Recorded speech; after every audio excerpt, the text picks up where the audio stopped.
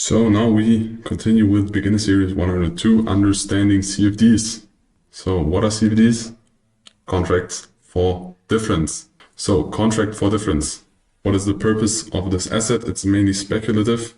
For difference, you earn the difference between the buy and the sell price. So you buy a contract, you sell a contract, and you earn or lose the difference. But the contract is orientated or is based on a specific asset. This can be oil, this can be gold, this can be a currency, anything. What or where is it traded? Mainly over the counter. So there is a decentralized network of brokers, banks, and liquidity providers. So when you trade CFDs through your Forex broker, most likely you have your broker, but the CFD is not created by your broker. Your broker has different liquidity providers in the background. They provide the liquidity so you can buy and sell anytime in the product.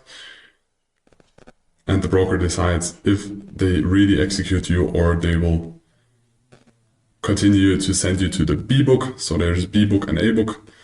And B book is you buy, I sell, we get matched. And the broker just executes nothing because they think that you as well as me will lose money. If we lose money, the broker earns money. When the broker decides to execute us on a real exchange, so really, for example, you buy euro dollar and I sell euro dollar, when we have the same amount, the broker can do nothing because one of us will lose money, one of us will earn money, but most likely we don't have the exact same amount we buy and sell, and then the broker can decide if he's gonna hedge this on the real market or not. If he's not hedging it and or in the sum, we lose more money, then the broker earns money. If we make money, then the broker, of course, loses money. But the structure behind CFDs is you have brokers, different brokers, and then you have most of the times liquidity providers in the background, and they are mainly kind of decentralized. I mean, each company, liquidity provider or broker is most of the time centralized,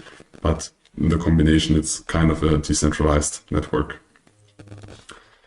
And these are the typical retail Forex MT4 or MetaTrader 4, MetaTrader 5 or prop firm contracts or products you trade on those. There is a higher conflict of interest with the broker because of the reasons I just explained. Yes, there are also brokers that execute real time. I mean, you don't really care if the broker is good, the spreads are low and the commissions are low, and you get your money when you earn money. Everything's fine. I mean, you don't have to care if it's A book, B book, and if you execute it. But as we've seen in the past time, in the prop firm space especially, if there's a big conflict of interest, maybe at some point the company is gonna die and you will not be able to withdraw the profits you made on that broker. So you will need to check for a broker with less conflict of interest. But you need to understand the product, and the product you trade, most brokers are CFDs, contracts for difference. What are the pros of CFDs? You have very low entry barriers and very high leverage. On the brokers, you can trade sometimes 0.01 or even 0.01 lot, so very small position size. Usually when you have a future contract, you have like a minimum size. There are major contracts and minor contracts, but there's a minimum size that is way higher than trading CFDs on those brokers. And you have very low margins, so you can start trading with like $10 in the account, and then you're able to trade with most assets or other products you're going to trade. This is not possible, but it is a pro of the asset. So if you want to have very small accounts, the entry barrier is very low. You have very low spreads with a good broker. There are brokers that offer very low spreads, even sometimes lower spreads than you would have in an official future contracts, for example, or future markets, but depends on the broker and also depends on how your broker acts, because sometimes they tell you, okay, the average spread on the platform is XYZ, and then you need to double check, is this really the spread or is the spread sometimes widening when you open a position? CFDs are very user-friendly, so you have an ecosystem. There are very easy to use platforms like MetaTrader, also TradingView, and it's very easy to buy or trade because you can just click buy and sell. When you trade futures or especially options, it's way more complex, and you need to know more for this than trading CFDs. And in CFDs, you have the ability to hedge in the same contract. What does this mean? We'll go deeper into that when we explain futures, but we explain it now shortly here. In a CFD, you can buy, for example, I'm trading gold, and then I buy one lot of gold. And then gold rises, and then I don't want to close my position, but I think gold's gonna correct a little bit or reverse. And then I can sell one lot gold. And then I have two open positions, and then I just have the gold market. There's like whatever the gold market's called, XAU. There are different types how the CFD is named. The underlying asset is gold. I'm trading gold market. I buy one lot. Don't want to close the position. I want to hedge myself. So I sell one lot. Or I can even sell two lots, and then I have like two open positions. One position is long, one position is short, and I can have this at the same time in the same market. When you trade futures, for example, it's not possible. When I buy one contract, and then I want to hedge myself, and I sell one contract, then my contract that is long is sold, and there's not a possibility to have in the same contract, one contract long, one contract short. Impossible there, but with CFDs you can do this. And you have micro lots, as I said at the beginning. So you have very, very fractional, very small shares or contracts you can choose. And that can be very good and useful for risk management, because if you want to do risk management in other asset classes, you need more capital and you have less flexibility.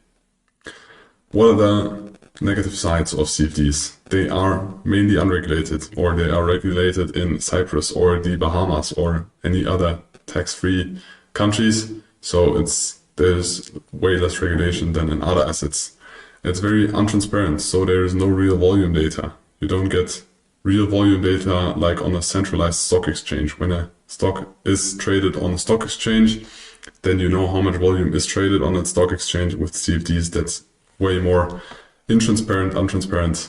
So you don't have a real volume data. The volume is mainly based on ticks. So how often did the price on that day change the price? So when there was a price change, it's one tick. But even there's no change in price, there can also be traded several contracts. We will go through market mechanics in series 200 and deeper into that, but you don't have real volume data with CFDs. And there is a possibility of high spreads or overnight swaps. So swaps are like the interest difference between two currencies. One currency has a higher interest rate, the other currency has a lower interest rate. So you will need to pay an interest difference, or you get an interest difference depending on what asset or what currency pair you are long or short. So you need to pay or get swap, but most of the times you need to pay swap, and you have the possibility of high spreads. For example, that the spreads are just way higher than you would have it in future markets or other markets or regulated centralized stock exchanges where you trade. And even a lot of brokers just raises spreads and you don't even know. So there is a spread of 1 pip the whole time. And then when you buy or sell market, exactly in that second, the spread rises. So the broker earns more money.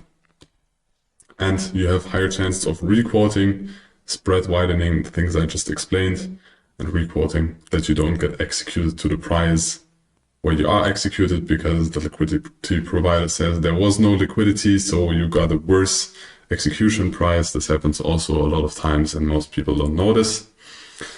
Those are the costs.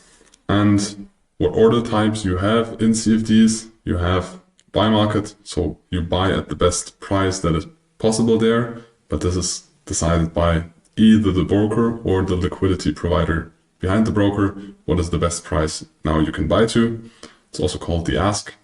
Then you can sell market. This is sell the best, what's the best price now in the second you can sell to. It's also called the bid. And you can just manually close depending on if you have a long position or a short position. You get the best bid or the best ask price. What are the CFD exit orders? You have a take profit. So you close a position at a specific price. Doesn't matter if it's long or short. It's a take profit, but it depends on if it's a sell or a buy. In this case, or you have a stop loss, it's the same.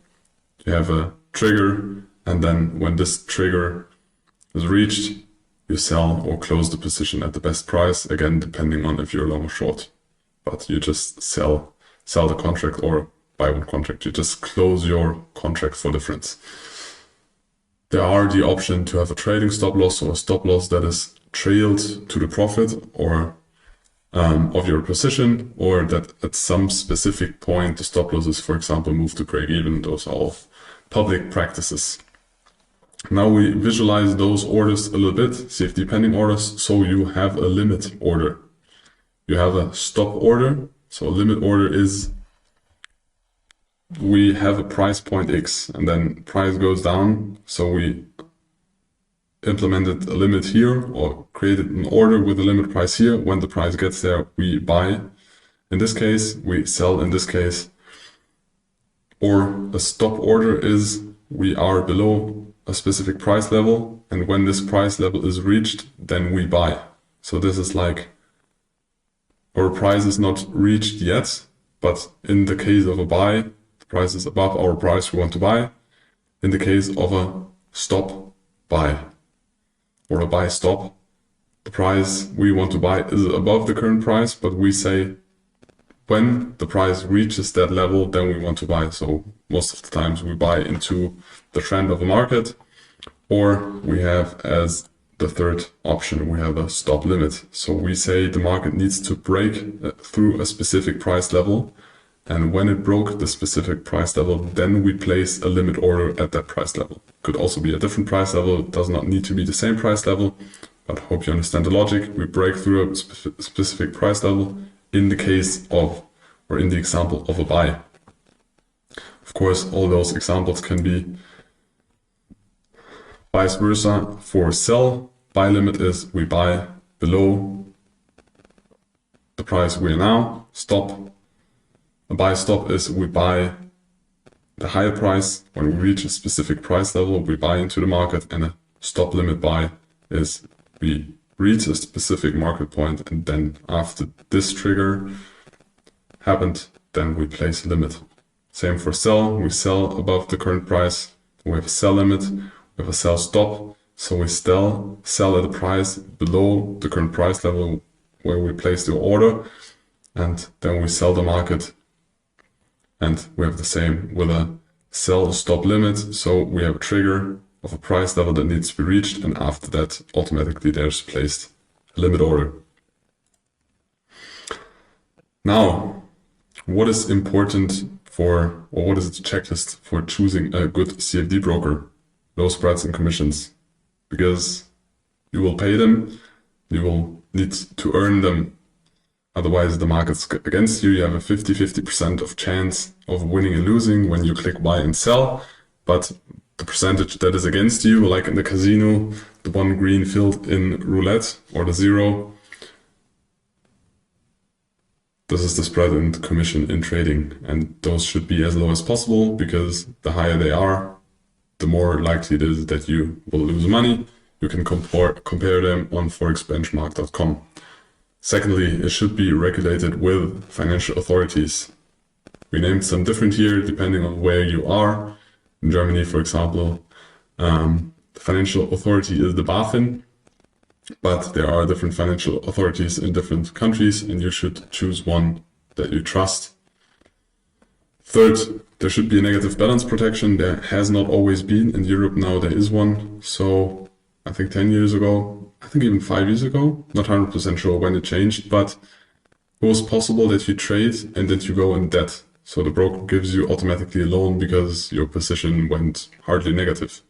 And then the broker puts allowed that you need to pay more money than you invest in the broker. So you send 1,000 euros to the broker and you lost 2,000 euros, and then you need to send to the broker another 1,000, then you're even. And that should be protected, that you're not going to get sued if, or you don't even have the possibility to lose more money than there is in your broker account. Then you should have segregated accounts. So the money of the broker is on a different bank and not the broker's bank. So even if the broker goes bust, you still get your money back because it is with another bank. And of course, the reviews, reputation and history, how good is the customer support, are there payouts, how long does the broker exist, or is it a new one? You need to check this for yourself, check this for your area, and if everything on the checklist gets a tick, then you're good to go.